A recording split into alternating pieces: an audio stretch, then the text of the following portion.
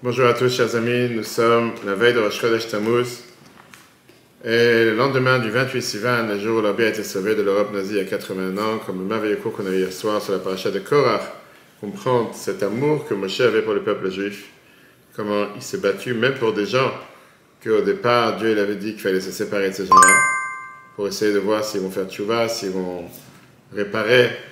On a parlé le lien bien sûr avec le Rabbi, puisque ce Shabbat c'est la Hula du Rabbi, 28e Hula.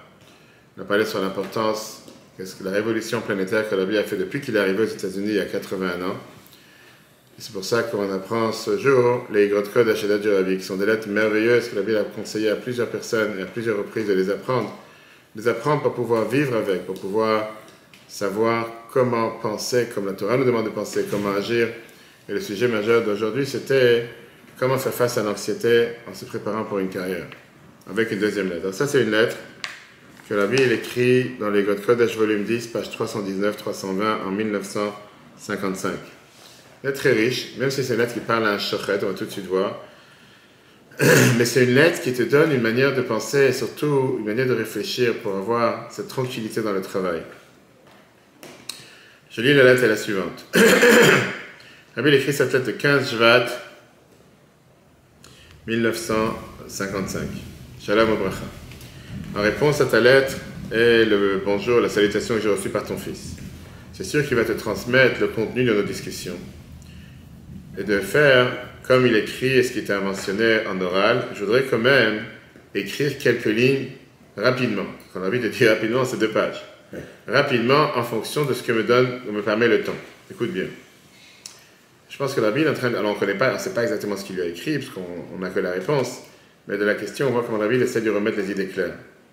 Une des choses de notre génération dans laquelle on reconnaît la grande puissance de l'obscurité de l'exil qui est double et triple, c'est que malgré ce qui est expliqué plusieurs fois, et parmi eux dans plusieurs endroits, dans les Igrot Kodesh de Admor Hazaken, le Baal HaTanya, qui est un décisionnaire dans la Torah cachée, et dans le Shulchan Aruch, un décisionnaire dans la Torah dévoilée, il écrit la fameuse phrase dans le Siman Travbet, dans le Siman 22, Ein Adam Yodea Bameh Mistaker, qui veut dire une personne ne sait pas dans quoi elle va gagner sa vie.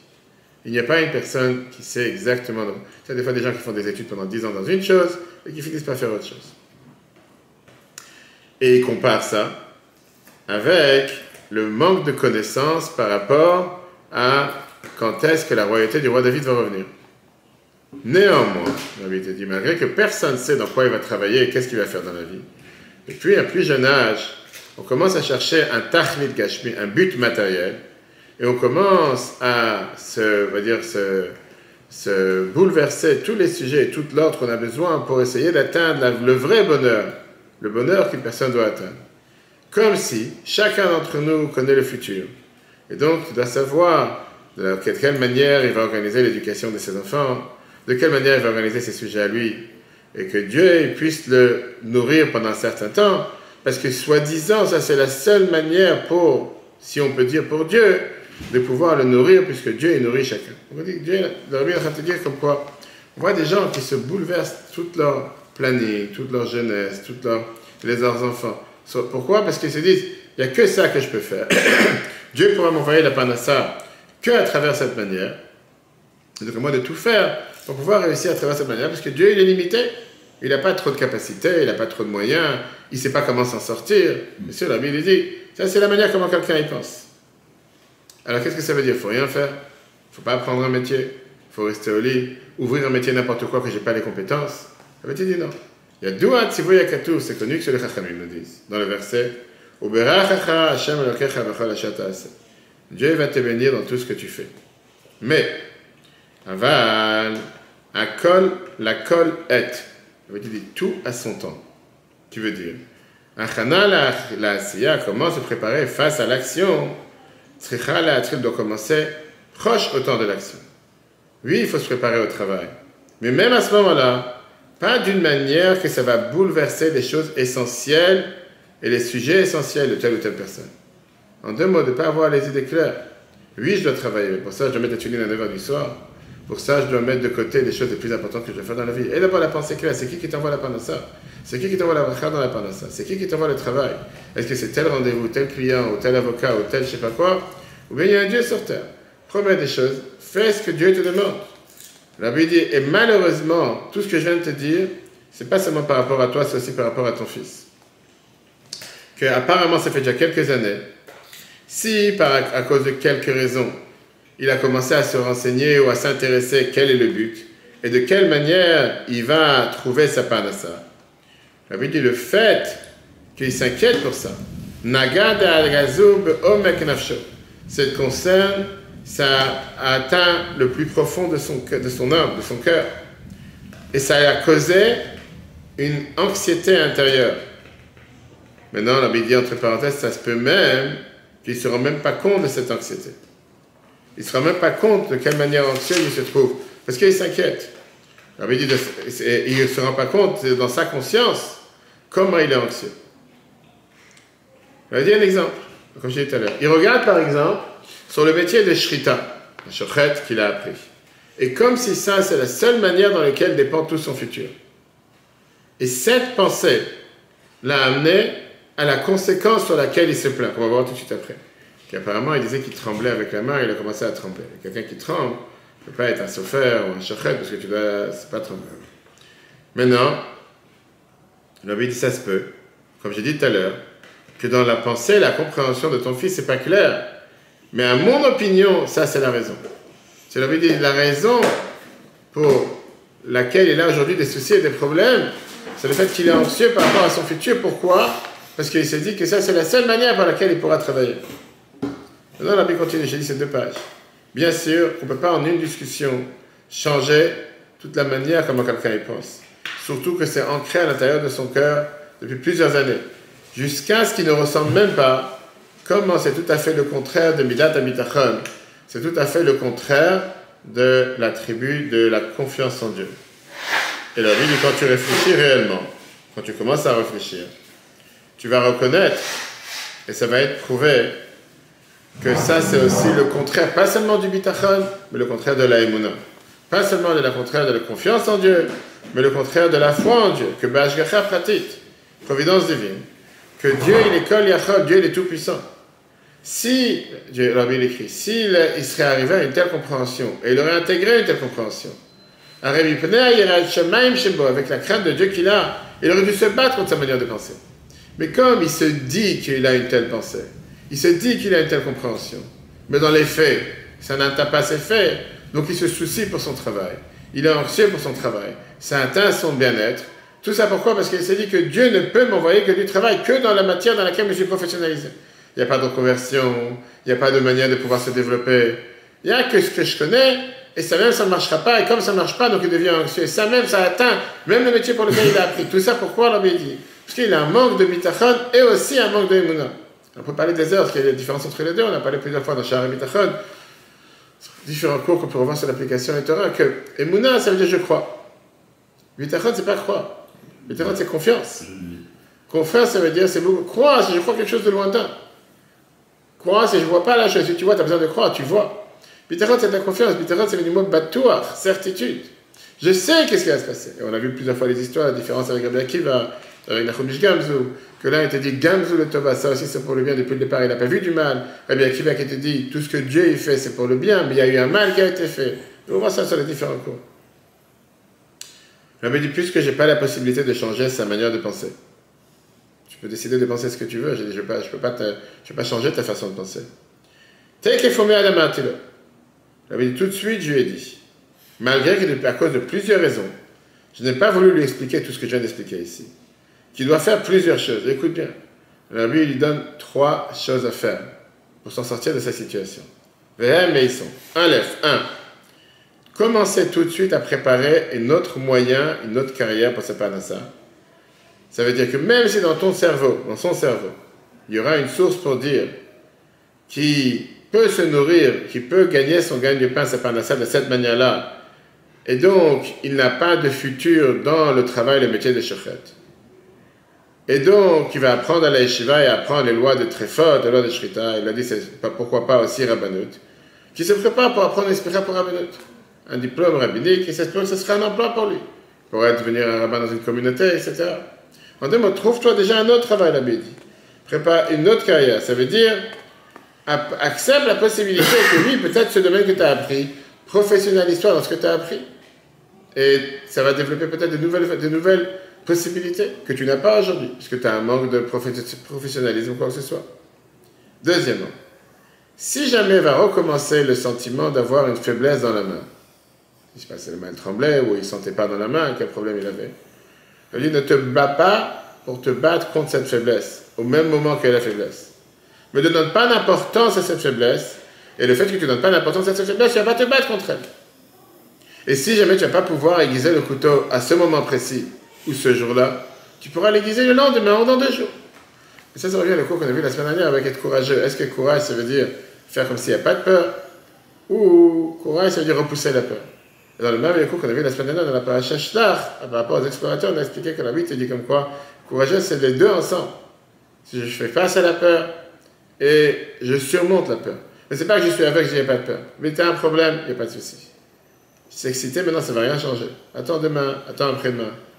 Ne donne pas à ce problème une telle importance pour dire je suis incapable, je ne peux rien faire.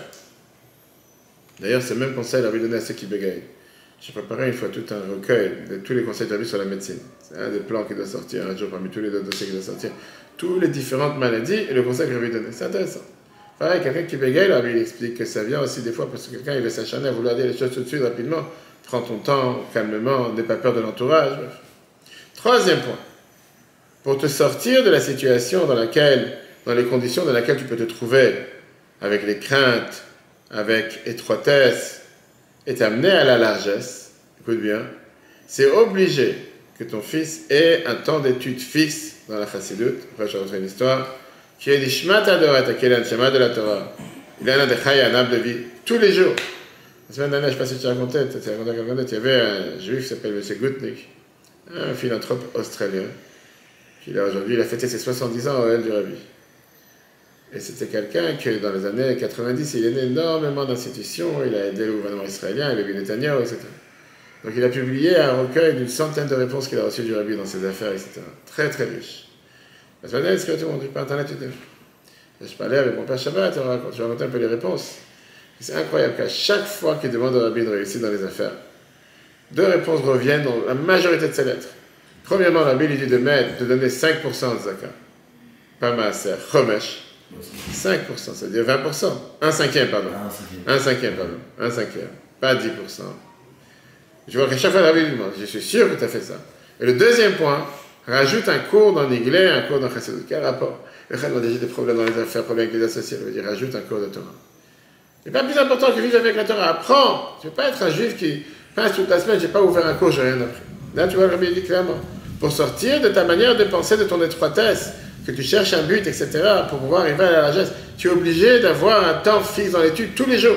Et ça, c'est ce qu'on dit comme remercie le bon Dieu, que la Bible nous a donné cette devoir d'apprendre Rambam et Chita tous les jours. Tu as tellement de juifs que sans ça, n'ont jamais ouvert un livre tous les jours. Et que grâce à ça, aujourd'hui, ils se disent qu'ils doivent apprendre la portion du Chumash tous les jours, la portion du Teilim tous les jours, la portion du Tanya et Maïmonide. 3 chapitres, comme on a l'habitude de faire, ou c'est faire un mitzvah, qu'il n'y a pas une journée qui est passée que tu n'as pas appris un mot de Torah. En quoi tu es juif? Tu donnes la prière tous les soirs, m'arrive.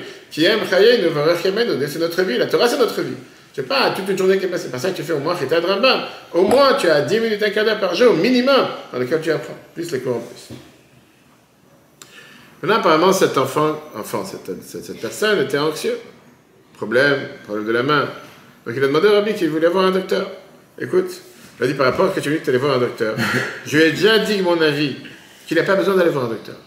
C'est pas le docteur qui va arranger ses problèmes de manière de penser. Mais puisqu'il a tellement l'habitude d'aller visiter des docteurs, mais moi je dirais, ça va, il est parti voir un psy, il va savoir ce qu'il veut dire. Rabbi, alors c'est pas miteva Adam, c'est pas la nature humaine d'arrêter tout d'un coup. Il va tout le temps voir des docteurs, il est tellement habitué à des gens que dès qu'ils ont un bobo, il faut qu'il passe la journée chez le docteur, la journée il fait des radios, il fait des tests, pour rien. Je te dis qu'il n'y a rien. C'est comme tout à l'heure, quelqu'un m'a écrit un AVC, truc, et ça. Je fais arrête, il fait ce diagnostic. Je fais arrête, t'as rien, arrête. Tu vas faire des machines, laisse tomber, on a vu une tâche quelque part, il n'y a rien. Je vais dire, alors, la seule chose que je te dis, puisque tu ne peux pas interrompre tout d'une fois, grandis les espaces d'une visite à une autre, jusqu'à la fin du temps, tu vas totalement arrêter. Et que Dieu te bénisse d'avoir beaucoup de satisfaction chassidique de tous tes enfants pour une longue vie et une bonne santé. Ça, c'est une lettre qui était très très riche. Une deuxième lettre qui est énormément belle. Et ça, c'est une lettre, justement, ça revient à ce que j'ai dit tout à l'heure. La Bible n'arrêtait pas de demander de envoyer un bilan. Un dour, din v'cheshbon. Qu'est-ce que tu as fait aujourd'hui? Alors, ce n'est pas tous les jours. Les shluchim avaient l'habitude, surtout ceux qui sont partis dans les années 50, 60, 70, d'envoyer tous les vendredis pour la semaine. Mais une chose est sûre, c'est que Rabbi attendait un bilan au moins tous les mois. C'est très bien que Rabbi, pendant 44 ans, est parti sur l'OL minimum 2 fois par mois, le 15 du mois, parce qu'on dit que la lune est pleine, et la veille de Rosh Chodesh comme aujourd'hui, que dans le Shulchan Aruch, c'est considéré comme Yom Kippur Katan, un petit jour de Kippur. Certains ont l'habitude de jeûner, etc. La veille de Rosh Chodesh, on a l'habitude d'écrire. Et là, Rabbi écrit dans cette lettre merveilleuse, la lettre 3264, du mois de Shvat, le 11 Shvat 1955, quelle est l'importance?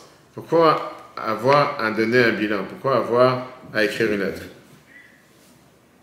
Donc Rabbi te dit commence en disant Shalom Obracha, bénédiction et salutation. Rabbi continue en disant comme ça. Après ton grand silence, finalement j'ai reçu ta lettre du 31 janvier.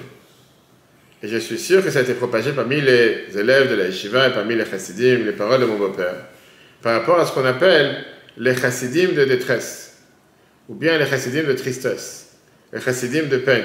Et il a expliqué qu'il y en a qui ont l'habitude d'écrire seulement, que Dieu nous en préserve, quand il s'est passé une situation de tristesse, ou bien quand il s'est passé une situation de peine, que Dieu nous en préserve. Là, il s'adresse et commence à écrire. Le rabbi précédent, ils appelaient ces gens-là des tsar chassidim, des chassidim de souffrance. Que dès qu'il y a quelque chose de mal, écrit au rabbi, demande une bénédiction. Le rabbi dit, Tumir, je suis étonné, apparemment tu veux aussi rentrer dans cette catégorie. Le rabbi continue en disant, quand on a voulu faire savoir sur un nouveau cours que tu as mis en place ou que tu as appris, alors il n'y avait pas d'autre moyen que de faire en sorte qu'il y ait aussi une situation de souffrance, de peine, que Dieu nous en préserve. Et donc tu dois écrire une lettre pour le malheur qui t'est arrivé. Et au passage, tu fais savoir sur les bonnes choses qui sont faites. Alors oui, ça aurait été tellement mieux si, pour tout le monde, si tout le monde serait habitué à écrire et faire savoir sur n'importe quelle chose de joie. Et donc, par ça qu'on s'habitue, ça devient une nature. Que même dans la nature, on ressent un tellement changement dans ces sujets-là. Grâce à ça, va se rajouter que des choses joyeuses chez toi. Et là, il ramène le Zohar, il ramène des centaines de lettres. Dans Tetzavé, chapitre 2, page 184, B, Tachazik et le Zohar, il te dit quand quelqu'un tout va mal et il ne se plaint pas, il dit c'est pas possible qu'avec tout ce qu'il a, il ne se plaint pas, je m'assurerai que qu'il a que du bien. Quand quelqu'un que tout va bien trouve le moyen de râler, il dit avec tout le bien que tu as, tu trouves le moyen de te plaindre, je m'assurerai que tu as de quoi te plaindre. C'est Zohar. Ça veut dire que Dieu fasse que tu sois un bon émissaire pour faire pénétrer cette coutume, pas seulement pour toi, mais pour tout l'entourage. Habituez-vous à écrire pour chaque bonne chose. Et dans plusieurs autres, Rabbi te dit que le fait que quelqu'un il écrit pour des bonnes choses, ça l'évite à être amené en relation pour faire savoir des mauvaises choses. Mais quand tu ne prends pas le temps d'écrire pour une bonne nouvelle, peu importe la bonne nouvelle, écris chaque jour, chaque 2 jours. Aujourd'hui, j'essaie de faire contre un juge, j'ai telle réussite. J'ai dit, Dieu, il fait en sorte qu'il te passe un malheur, que Dieu nous en préserve, que tu es forcé par la force des choses parce que tu as eu un malheur ou une mauvaise nouvelle à écrire, et au passage, tu rajoutes une bonne nouvelle. Et je ne comprends pas la mentalité derrière. Depuis le départ, écris que pour des bonnes choses. Par ça, tu t'habitues à écrire pour des bonnes choses. Ça t'évitera à écrire pour des mauvaises choses. Pas parce qu'il y aura des mauvaises choses. Il n'y aura pas de mauvaises choses. Je vais terminer en disant, j'ai vu ce que tu as écrit par rapport aux théories, aux différents cours. J'espère que tu essaies de tout faire pour faire venir encore une personne au cours, encore une personne. Et comme j'ai parlé plusieurs fois, l'importance de parler de la chassidoute, ses manières d'agir, que Dieu te fasse réussir dans toi et dans tes élèves. Après, il demande à Rabbi une question par rapport au maaser. Rabbi dit par rapport à ta question par rapport au maaser que tu donnes, et Rabbi est entre parenthèses, et c'est sûr que tu donnes au moins un peu plus que le maaser. Comme Rabbi demande à chaque fois, comme c'est connu que les chachamim te disent, elle est dakdak bitzaka, ne pas être pointilleux, ne pas être, faire les choses de manière exacte. Mais c'est que c'est sûr que tu peux distribuer le maaser avec le rapport avec Yudjvat, Purim, le 12 Tammuz, etc. Et Rabbi il venait en disant des bonnes nouvelles dans tout ce que tu fais avec les signatures du Rabbi. C'est pour ça qu'on a envoyé justement dans un merveilleux discours, dans beaucoup de discours, Rabbi dit que c'est bien de rattacher le jour de Elula ou quoi que ce soit avec le chiffre dans lequel ça se trouve. En 84 par exemple, Rabbi avait dit que c'était l'Elula de son père, le 20 Av, puisque ça fait 40 ans de l'Elula de son père, ça serait bien de rattacher le don de Tzaka avec le chiffre 40. Puisque c'est 40 ans de la Hula. C'est pour ça qu'on a lancé la campagne 280 comme l'année dernière, 270, pour le 28e Hula du Rabbi, qui a un rapport avec la Hula du Rabbi, de demander aux gens de donner 2 centimes 80, 28 centimes, 2,80 €, 28 euros, 280. L'idée en chiffre 28 en rapport avec le 28e Géoula. Que Dieu fasse qu'on puisse toujours entendre et partager ces merveilleuses richesses, enseignements et surtout les mettre en application. Le cours sera replay sur l'application eTorah sur Google et Apple, ainsi que des différents podcasts. Chodesh Tov, que ce soit un mois de Géoula, un mois dans lequel on se revoit avec le Rabbi. Que le Rabbi avait l'habitude de dire qu'on puisse faire la Géoula du Rabbi ensemble avec lui, matériellement, et qu'on puisse partager que des bonnes nouvelles. Très bonne journée à tous et à la semaine prochaine.